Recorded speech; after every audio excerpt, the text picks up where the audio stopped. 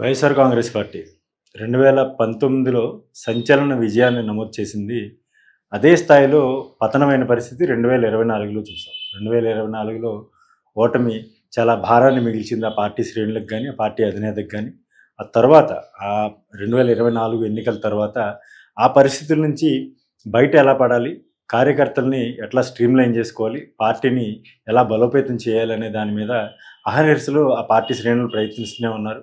Party అధినేత జగన్మోహన్ రెడ్డి గారు నిత్యం పార్టీకి సంబంధించి క్రియాశీలక నాయకులు, పార్టీ సంబంధించినటువంటి ముఖ్యమైన నేతలతో ప్రతినిత్యం టచ్‌లోనే ఉంటున్నారు. ఆయన బెంగుళూరు వెళ్తున్నప్పటికీ కూడా ఆంధ్రప్రదేశ్‌లో ఉంటే మాత్రం ఖచ్చితంగా విజయవాడ లేదంటే పులివెందుల, తాడేపల్లి ఇటువంటి ప్రాంతాల్లో పార్టీ నేతలతో నిత్యం సమావేశాలు నిర్వహిస్తా ఉన్నారు. నిత్యం మరోవైపు చూసుకుంటే ఇప్పటివరకు పూర్తిగా అన్ని నియోజకవర్గాల ముఖ్య నాయకులు, కార్యకర్తలతో కూడా పలు సమావేశాలు నిర్వహించారు. అయితే ఇటీవల కాలంలో చూసుకుంటే ఆయన మరొక స్టెప్ ముందుకు వేసి క్రియాశీలకంగా జిల్లా అధ్యక్షులకి కొన్ని బాధ్యతలు, అంటే మొత్తం 26 జిల్లాలకు సంబంధించి నాయకత్వాన్ని ఇప్పటికే కొంతమంది పార్టీ నేతలకు అప్పచెప్పారు.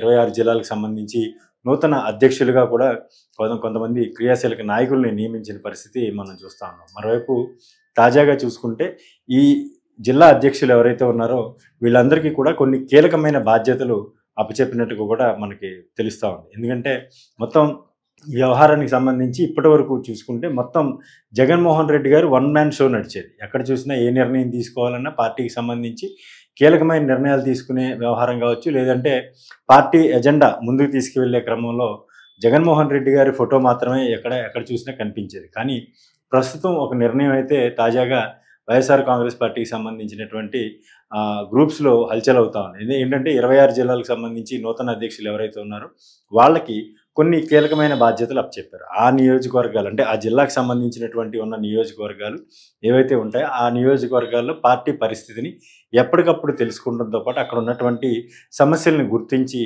వాళ్ళే పరిష్కరించే విధంగా ఒక కార్యాచరణ రూపొందించుకుని ప్రతి జిల్లాను కూడా సమర్థవంతంగా పార్టీ నాయకత్వాన్ని నడిపించే విధంగా కూడా ఆ జిల్లా అధ్యక్షులకు ఈ బాధ్యతలు అప్పగించినట్టుగా తెలుస్తోంది. తాజాగా చూసుకుంటే విజయవాడ లేదంటే కృష్ణా జిల్లా, అంటే బందర్ ప్రాంతంలో కానీ కృష్ణా జిల్లాలో కానీ ఇటీవల జరిగినటువంటి పరిణామాలను చూసుకుంటే అటు దేవినేని అవినాష్ గారు, మరోవైపు పేర్ని నాని గారు, అక్కడ ఉన్నటువంటి తాజా పరిస్థితుల్లో వల్లభనేని వంశీ గారి అరెస్ట్ సమయంలో కావచ్చు, తాజాగా జరుగుతున్నట్టు రాజకీయాల మీద ప్రతినిత్యం కూడా ఆ పార్టీకి సంబంధించినటువంటి అధ్యక్షులు ఎక్కడైతే ఇబ్బంది ఉంటుందో, ఎక్కడైతే పార్టీ కష్టం లేదంటే ఎక్కడైనా ఎదురీదాల్సిన పరిస్థితులు ఎదురైతే మాత్రం వాటిని ఎలా పరిష్కరించి ఎట్లా ముందుకు వెళ్ళాలనే దాని మీద చాలా పక్కా ప్లాన్ చేసుకుని జిల్లా అధ్యక్షులు, ఎందుకంటే స్థానికంగా అక్కడ ఉన్న సమస్యల మీద వాళ్ళకే అవగాహన ఉంటుంది, ప్లస్ దాన్ని ఎట్లా పరిష్కరించాలనే ఒక మార్గం కూడా దాన్ని వెతుక్కునే అవకాశం వాళ్ళకే ఉంటుంది స్థానిక నాయకత్వానికి. సో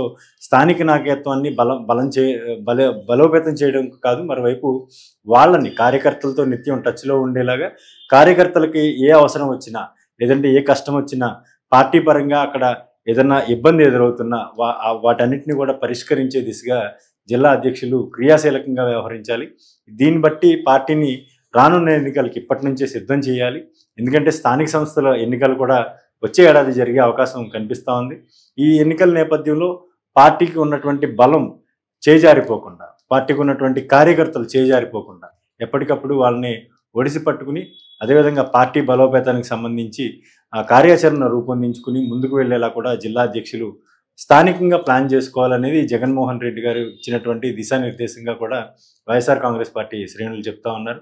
దీన్ని బట్టి చూసుకుంటే రానున్న, అంటే వచ్చే ఏడాది జరిగేటువంటి స్థానిక సంస్థల ఎన్నికలకు సంబంధించి ఇప్పటి నుంచి ఒక కార్యాచరణ రూపొందించుకుని స్థానికంగా ఉన్నటువంటి నియోజకవర్గాలు, అంటే ప్రతి పార్లమెంట్కి ఒక అధ్యక్షుడిని నియమించిన నేపథ్యంలో ఈ పార్లమెంట్ ఆధ్వర్యంలో ఉన్నటువంటి 7 అసెంబ్లీ సెగ్మెంట్లు, వాటిలో ఉన్నటువంటి స్థానిక సంస్థల స్థానాలకు సంబంధించి కూడా బలమైన అభ్యర్థుల్ని వెతకడమే కాదు, వాళ్ళకి ఉన్నటువంటి ఓట్ బ్యాంక్ ఏదైతే ఖచ్చితంగా ఓట్ బ్యాంక్ పార్టీకి సంబంధించి ఉందో ఆ ఓట్ బ్యాంక్ సడలిపోకుండా కూడా జిల్లా అధ్యక్షులు ఎప్పటికప్పుడు అక్కడ ఉన్నటువంటి పరిస్థితుల్ని పర్యవేక్షించడమే కాదు, ఈ ఎన్నికలకు సంబంధించి ఒక పక్కా ప్లాన్తో ముందుకు వెళ్ళేలాగా దీన్ని రానున్న, అంటే 29 ఎన్నికలకు సంబంధించి, అంటే సార్వత్రిక ఎన్నికలకు సంబంధించి ఒక పక్కా ప్లాన్తో ఇప్పటి నుంచే దీన్ని ప్రణాళికాబద్ధంగా ముందుకు వెళ్ళేలాగా ఏర్పాట్లు చేస్తున్న పరిస్థితి మనం చూస్తాం.